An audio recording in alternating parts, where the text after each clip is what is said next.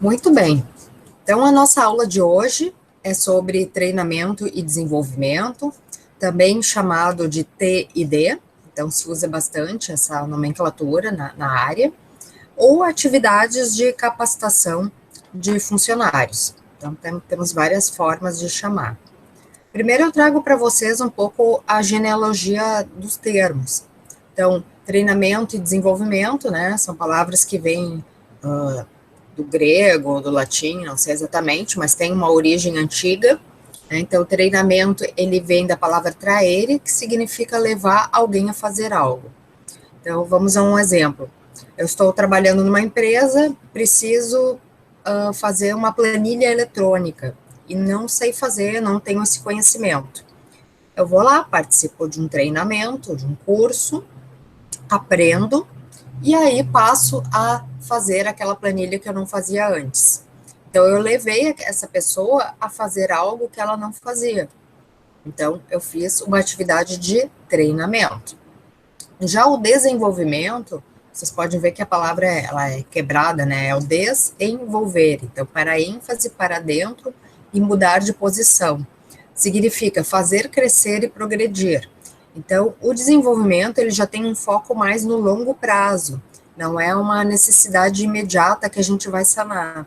Então, a gente oferecer programas para as pessoas dentro da empresa que possam levar elas a progredir na carreira, que elas possam assumir novas responsabilidades, levar a um crescimento muito mais a longo prazo.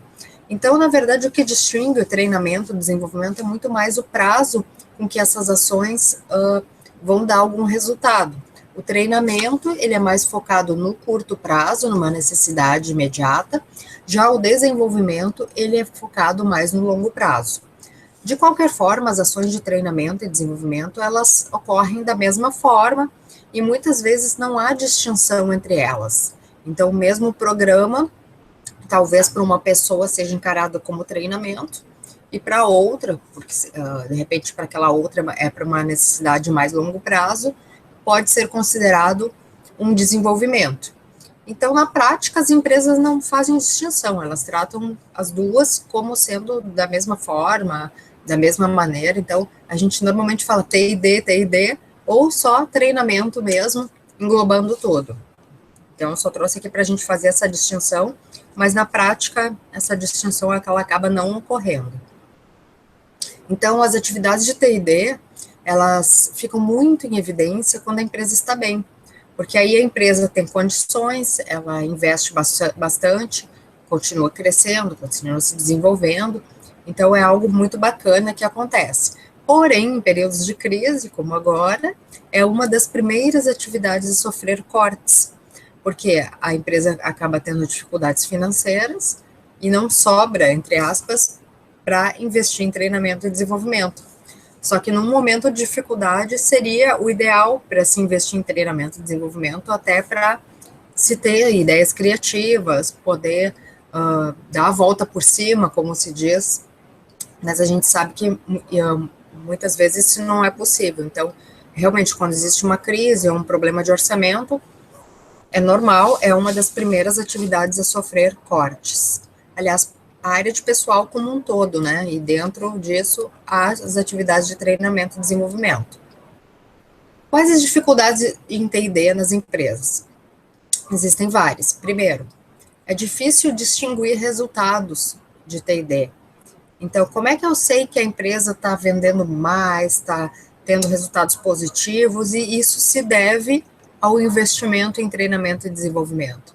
Então, muitas vezes é difícil fazer essa distinção. Pode ser que ela tenha investido mais em propaganda, ou um desenvolvimento de produtos e serviços, enfim, qualquer outro motivo que não seja o treinamento e desenvolvimento. Então, muitas vezes é difícil eu saber, não, tá indo melhor, atingindo as suas metas por causa do investimento em treinamento e desenvolvimento dos funcionários. Mas é claro que a gente acredita, né, que os funcionários mais treinados, eles vão ter uma maior produtividade, uma melhor qualidade no seu serviço. Mas a gente não consegue muitas vezes fazer essa distinção. Também a atividade de TID ser vista como uma solução para todos os problemas. Então, às vezes, existe uma visão equivocada de que eu vou investir em T&D e vai resolver todos os problemas da empresa. Isso não é verdade. Às vezes tem problemas que eles não são curáveis, né, pelo T&D. O T&D não seria o melhor remédio. Seria um ajuste no processo, uma troca de matéria-prima, uma reestruturação da empresa. Então, nem sempre T&D é a solução. Claro que ajuda bastante, tudo mais, e muitas vezes é a solução também, mas nem sempre. Também existem erros no diagnóstico. Oferecer o T&D incorreto para quem não precisa, ou quem precisa fica sem, ou o tipo de programa que foi desenvolvido não tem a ver com a cultura ou com a estratégia da empresa. Então, tem vários problemas que podem acontecer nesse processo. E uma concepção também equivocada, né, do treinamento. Também essa visão de se encarar como solução para todos os problemas acontece, por exemplo, do gestor perceber que um funcionário está desmotivado. Então vamos mandar ele para treinamento. O funcionário está com uma dificuldade, manda para treinamento. O funcionário está com, sei lá, com algum problema, está incomodando, está dando conflito com a equipe, manda para treinamento. Só que não é por aí. Não é esse o objetivo da atividade de treinamento. A atividade de treinamento é para melhorar, né, a qualidade do trabalho. E não para essas outras questões que muitas vezes, não tem que fazer com a pessoa, manda lá para treinamento, pelo menos fica uma semana fora, e enfim, né? Então também não é por aí. Bom, quais os objetivos do T&D? Principalmente aumento da produtividade, como foi falado, da qualidade. É também um incentivo motivacional, claro que esse não é o principal objetivo, mas todo mundo quer trabalhar num local que invista, né, que tenha a oportunidade de ter treinamento. Ajuda a melhorar a forma de organização do trabalho, então a gente diz que faz uma otimização pessoal e organizacional, e também atender exigências das mudanças, sejam elas tecnológicas, de processo, de legislação, enfim, que a empresa tem que acabar se adequando, e os funcionários têm que estar mais treinados para que consigam fazer seu trabalho de acordo com a mudança exigida. Também o T&D, ele é importante para preparar pessoas para substituir quem vai saindo. Então, as pessoas não são eternas, elas trabalham numa organização durante um determinado período de tempo, algumas mais, outras menos, né, e a gente não sabe quanto tempo um determinado funcionário vai ficar depois que ele ingressa na organização. Então, a gente tem que também preparar os outros para conhecerem aquele tipo de trabalho, aquele tipo de serviço, ou mesmo para substituir, se a gente tem um plano de carreira, né? Então, de repente, alguém se aposentou, saiu, outro funcionário pode ser aproveitado, e aí ele vai ter que estar treinado para assumir as novas funções. Também a necessidade de desenvolver gestores, então não só funcionário operacional, mas gestores desenvolvidos fazem a diferença para o negócio.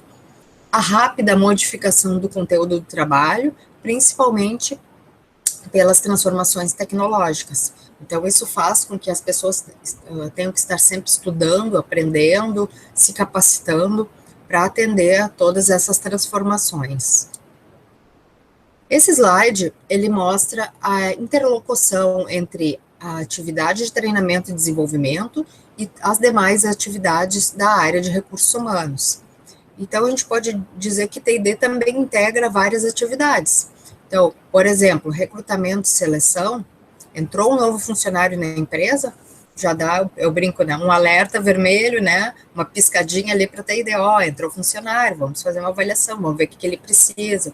Talvez ele tenha que ter um treinamento básico de conhecimento daquela empresa, um treinamento de integração, depois talvez ele tenha que ter um treinamento de algum sistema que ele vai utilizar no seu trabalho, alguma tecnologia, enfim, né? Então, é importante isso alimentar a atividade de treinamento e desenvolvimento. E todos os outros demais programas, por exemplo, na área de saúde, segurança, também é importante que haja treinamento dos funcionários, visando a redução dos acidentes, os cuidados no seu trabalho. Entra um programa novo de remuneração, eu também tenho que treinar as pessoas para elas entenderem como é que esse programa vai acontecer. Então, todas as atividades de RH, elas podem subsidiar atividades de treinamento e desenvolvimento. É importante que haja uma integração. Depois, esse outro slide, ele mostra como acontece todo o processo de TID. Então, mostrando como um sistema vocês já sabem que é composto por entrada, processo, saída e retroação. Encarando o TID como sistema, a gente pode dizer que na entrada, a gente tem os próprios treinandos, que são os participantes, né, as pessoas que vão participar do programa, e recursos, sejam eles materiais, humanos, financeiros, informacionais, né, a gente precisa de recursos para poder desenvolver TID.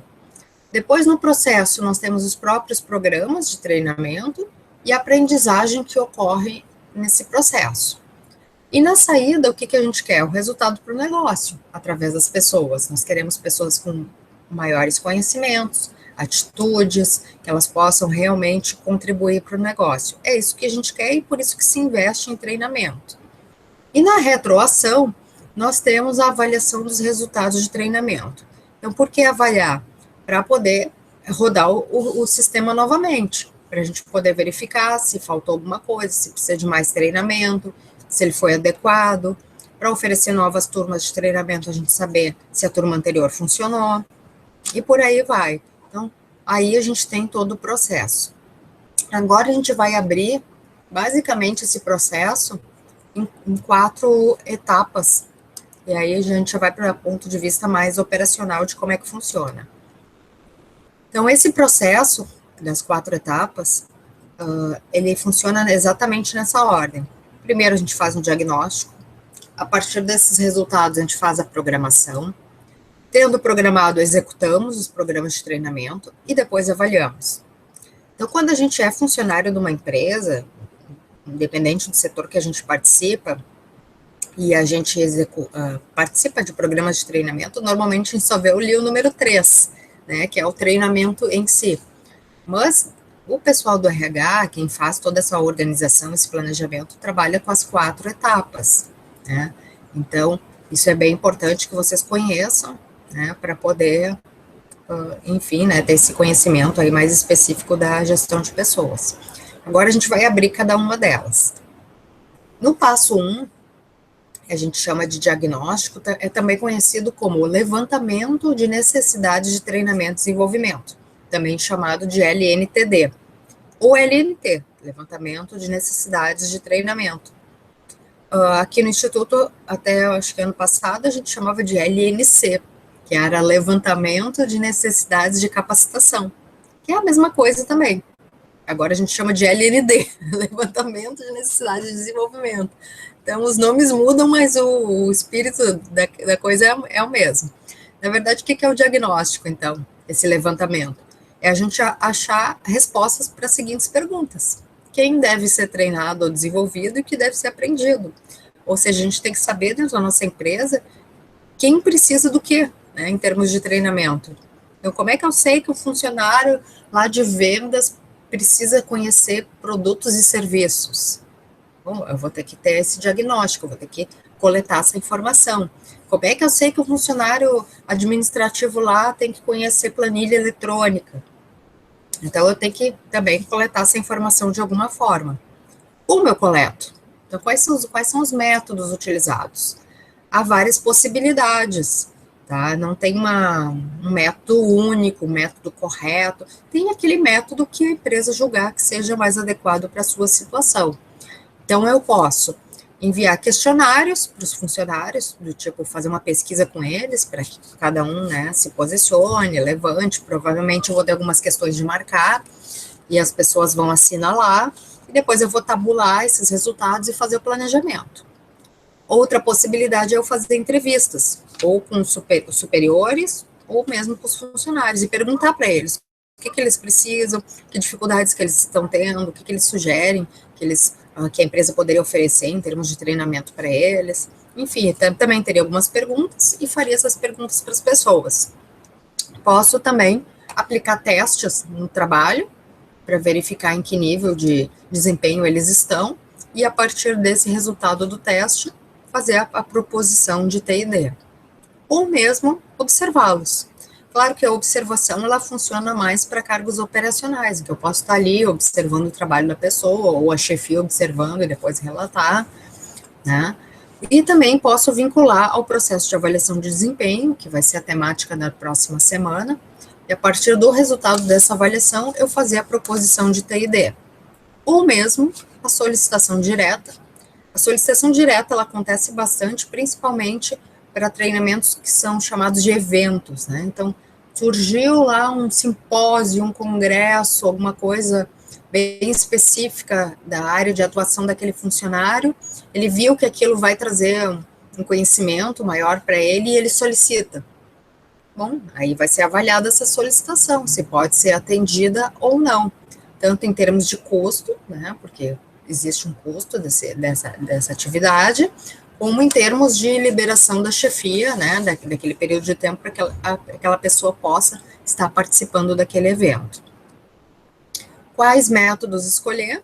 Então, eu vou ter que escolher algum método, dependendo do envolvimento que eu queira ter das pessoas, dos superiores, quanto tempo eu vou levar para coletar essas informações, tempo é dinheiro, por isso tem o custo, né? E também um método que me permita coletar alguns dados que são chamados quantificáveis, né? Por que isso? Para ser avaliado depois.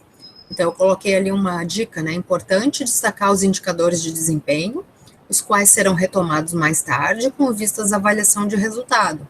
Então, eu poder ter alguns indicadores de desempenho das pessoas naquele momento, para que depois que elas façam o treinamento, eu possa medir novamente esses indicadores e ver se houve uma melhoria. Aí talvez eu consiga dizer que, né, a empresa melhorou tal e tal meta, tal indicador, por causa do treinamento que foi oferecido para aquelas pessoas. Então, claro que nem sempre a gente consegue buscar esses dados, mas quando possível, é interessante que a gente já faça esse levantamento de dados nessa fase do diagnóstico. Bom, e aí imaginamos que coletamos todas as informações, o que nós vamos fazer agora com elas? Vamos fazer a programação de treinamento. Só um minutinho que tem colega chegando aqui para a aula.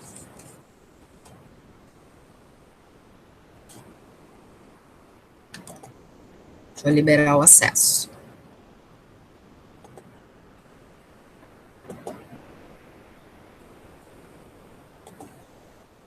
Muito bem. Retornando.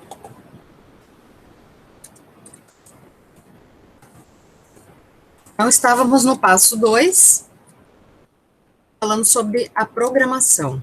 Então, coletamos todas as informações, agora vamos fazer a programação, também conhecida como planejamento de treinamento, e que é a atividade que vocês têm para fazer nessa semana. Então, a programação se refere a analisar e coordenar ações a serem implementadas para realizar o treinamento ou o desenvolvimento. Então, na verdade, a gente usa uma ferramenta chamada de 5W2H, vocês estão vendo ali à direita. É uma ferramenta de planejamento, que ela é utilizada para várias questões organizacionais, não apenas para treinamento, e a gente utiliza para treinamento também. Então, essa ferramenta é uma ferramenta de respostas a determinadas perguntas, e perguntas que vêm da língua inglesa. E a gente traduz isso, então, para fazer o planejamento de treinamento. Então, quando a gente pergunta who, what, why, when, where, how e how much, a gente está fazendo aquelas perguntinhas do tipo quem, o que, por quê, quando, onde, como, quanto, né? Então, é isso que a gente precisa responder para fazer um planejamento. Então, quando eu trago lá para o meu treinamento de planilhas eletrônicas utilizando o Excel, ou também conhecido como Excel básico, então, eu estou fazendo a programação desse treinamento, que eu sei que ele vai ter que ser executado na empresa e determinadas pessoas precisam participar, porque isso apareceu no meu levantamento, no meu diagnóstico. Então, eu vou oferecer esse treinamento, vou colocar lá o nome dele, e aí vou estabelecer quem são os treinandos. Olha, eu posso até colocar fulano, ciclano, beltrano, se eu tenho os nomes certinhos, mas eu posso colocar 4 funcionários, 4 assistentes administrativos do setor tal, 2 secretárias do setor tal, né? Então, eu posso também identificar dessa forma. Então, esses são os who, né? Ou seja, quem vai participar. Depois nós temos os objetivos. Então, o que eu quero com esse treinamento? propiciar conhecimento sobre planilhas eletrônicas para que sejam executadas, papapá, né? Então, qual é o objetivo que eu quero chegar? Quem vão ser os instrutores? É interno da empresa, é um próprio funcionário que tem aquele conhecimento, ou vou ter que contratar alguém de fora, uma empresa de treinamento para ministrar? Quais são as metodologias ou técnicas, ou seja, como vai ser executado esse treinamento? Vai ser executado com simulações no laboratório de informática da empresa, através, né, de exposição, práticas, exercícios. Então, poder ter um detalhamento de como vai ser. A época, que é o quando, vai ser executado no dia 5 de novembro, das 8 ao meio-dia, e depois no dia, sei lá, 12 de novembro, também das 8 ao meio-dia, totalizando 8 horas. Então, 4 horas num dia, 4 horas no outro. Então, quando que vai ser? Onde vai ser? Qual é o local? E agora, nesse momento de pandemia, né, o local está muito relativo, porque os treinamentos, eles estão migrando para grande parte para o online, né? Então, vai ser no Moodle, vai ser onde vai ser, né? Se fosse no ambiente físico, em que sala, vai ser dentro da própria empresa, vai ser fora, eu vou ter que enviar as pessoas para um determinado local, e aí isso vai envolver também tempo e valor, né, de transporte, às vezes até de hospedagem. E o custo? Claro que se eu contrato alguém de fora para vir ministrar o treinamento, eu tenho um custo muito pontual, né? Eu sei exatamente quanto que eu estou gastando. Ou quando eu mando as pessoas para fora da empresa, para um determinado local ou evento, eu também sei quanto que eu estou gastando. O que às vezes é difícil de mensurar é quando é um treinamento dentro da própria empresa e ministrado por funcionário da empresa. Mas nesse caso, não é que seja um custo zero, porque o custo sempre vai existir. Só que às vezes ele não é tão explícito, não é tão direto, né? A gente não sabe com tanta facilidade. Então, a gente poderia dizer que é um custo indireto, ou custo relacionado pelo menos ao tempo daquelas pessoas e a estrutura ali que a empresa está oferecendo. Isso envolve água, energia elétrica, espaço físico, né? Então, vocês têm isso para preencher também lá na simulação, na atividade, né, de programação de treinamento. Então, pensa se vocês vão ter um custo que vocês conseguem dizer quantos reais vai custar, ou se simplesmente é um custo indireto, né, que a gente não consegue mensurar com essa facilidade, mas que custo zero a gente sabe que não existe, sempre tem um custo associado. Então, aí vocês imaginam, a gente fez esse levantamento, fizemos a programação, então a gente tem estipulado todo para o ano, normalmente, quais são os treinamentos que vão ser executados, né? Fora aqueles que entram por solicitação direta, né, e que vão ser analisados, mas a gente já tem tudo planejado, e normalmente esse planejamento ele é anual, tá? E isso envolve um orçamento da área de treinamento, porque daí a gente conseguiu levantar todos os programas que vão ser executados e quanto que cada um vai custar, e a gente sabe o total estimado. Bom, aí planejamos, virou o ano, a gente vai começar a executar, é a aplicação do que foi planejado. E nesse momento é a preocupação com a qualidade, porque eu posso ter planejado, tá tudo certinho, mas se no momento der alguma coisa errada, vai tudo por água abaixo. Então, a gente tem que se preocupar com a didática, né, dos instrutores, com o preparo dos participantes, para estarem no dia certo, no local correto, você tem que levar algum material, né, para que as pessoas realmente estejam preparadas, né, para participar daquele treinamento. Toda a logística de reserva de salas, diárias, passagens, materiais, tudo organizado, todos os recursos. E a preocupação com as técnicas também que vão ser empregadas para que se tenha, né, a maior aprendizagem possível. E aí executamos, chegamos no passo 4, a avaliação. Na avaliação, o que a gente vai considerar? Se a gente consegue obter resultados mensuráveis, ou seja, que a gente consiga medir, né, em termos de números, ou de reais, ou de tempo, dependendo do objetivo daquele treinamento. Considerar que existe um período para que se dê um retorno desse treinamento. Então, não é assim que eu participei essa semana, segunda-feira eu já estou de volta no meu trabalho, já estou dando todo o gás e aplicando tudo que eu aprendi, assim, imediatamente. Não, existe um período, né, de aplicação, de poder começar a aplicar aquele conhecimento no seu dia a dia, não é muitas vezes tão imediato, Também considerar que existe um custo não fazer treinamento, que a gente chama de custo da não intervenção. Custa fazer treinamento? Claro, custa, a gente estava falando de custos ainda há pouco, mas custa não fazer? Talvez esse custo do não fazer seja mais alto do que o custo do fazer, né? Então, quanto custa em termos de perdas que a empresa pode ter de não ter funcionários treinados, né? De deixar de fazer vendas, deixar de oferecer produtos, serviços de qualidade que os clientes estão precisando. Então, às vezes, esse custo, ele acaba, é claro que é indireto também, né, mas é um custo, muitas vezes, mais alto do que o custo de fazer. E também considerar que existem outros benefícios, outros retornos não monetários, como o próprio incentivo motivacional, que a gente falou antes, e que a gente também não vai conseguir medir isso. Então, tudo isso aparece aí nessas reflexões sobre a avaliação de treinamento. Agora, como executar essa avaliação? Existem várias formas, tá? Eu coloquei aqui 5 formas, que são chamadas 5 níveis de avaliação, e eu vou dizer que 95% das empresas fazem apenas o nível 1, porque ele é o mais simples, ele é rápido, não requer grande preparo, que é chamado de avaliação de reação. Então, se vocês quiserem anotar aí, o que é essa avaliação de reação? É uma avaliação da satisfação dos participantes com aquele treinamento, ou seja, ver como é que eles reagiram. Gostaram, não gostaram, o que eles acharam do curso, o tempo foi suficiente, o instrutor foi didático, o lanche estava bom, né, se eles acham que aprenderam. Ora, isso não me diz se eles vão aplicar depois, se essa aplicação vai dar resultado, só diz se gostaram ou não. Para que eu quero saber se gostaram ou não? Ora, para poder refazer esse treinamento se for necessário para as próximas turmas. Então, é importante ter um feedback, né, do que as pessoas pensam de como é que foi aquela atividade. Eu posso fazer gráficos, tabular, enfim, como eu quiser. Então, esse é o nível de avaliação mais básico. Depois, um segundo nível se chama avaliação de aprendizagem. E como o nome diz, eu vou verificar se as pessoas aprenderam. Como que eu sei isso?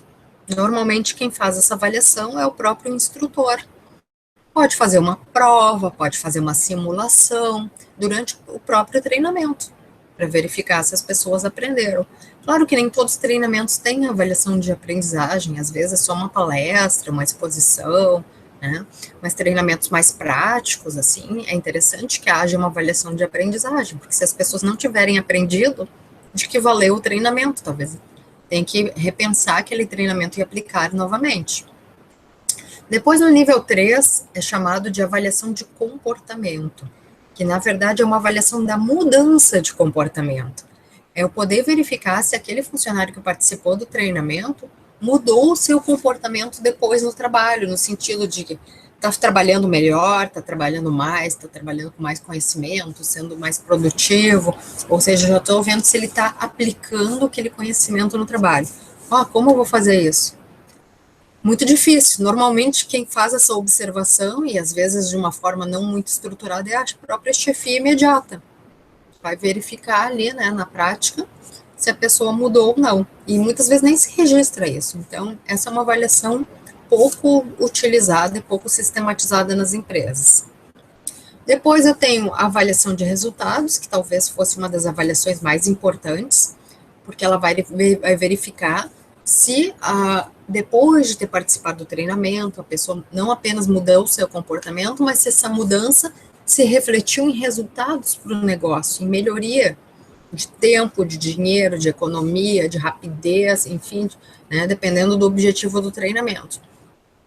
E aí também eu preciso da parceria das chefias para poder fazer essa avaliação. E aí são poucas as empresas que fazem avaliação de resultados, e quando fazem são daqueles treinamentos mais caros, né, ou de mais longo prazo, que realmente elas vão dedicar uma energia, né, um tempo, para poder se voltar para isso, senão não vão fazer. E o quinto nível de avaliação é chamado de retorno sobre o investimento, é a sigla ROI, que vem do inglês e significa Return on Investment, que é o retorno sobre o investimento, e significa na área de treinamento que para cada real que eu investi naquele treinamento, quanto que representou de retorno para o negócio. Então, eu investi R$ 1, isso trouxe depois em melhorias para a empresa R$ 10 a cada R$ 1 que eu investi, por exemplo. Ou o contrário, para cada R$ 1 que eu investi, quanto que a empresa acabou economizando, enfim, né, em algum processo. Isso também é bem difícil de ser medido, mas seria o ideal que as empresas pudessem ter esse tipo de avaliação. Tá? Então, são poucos os casos que a empresa chega a fazer esse tipo de avaliação, essa medida, né, de retorno sobre o investimento do treinamento. Então, aqui a gente fecha essa parte. E eu vou abrir já para as perguntas. Deixa eu retirar a gravação. Interrompendo.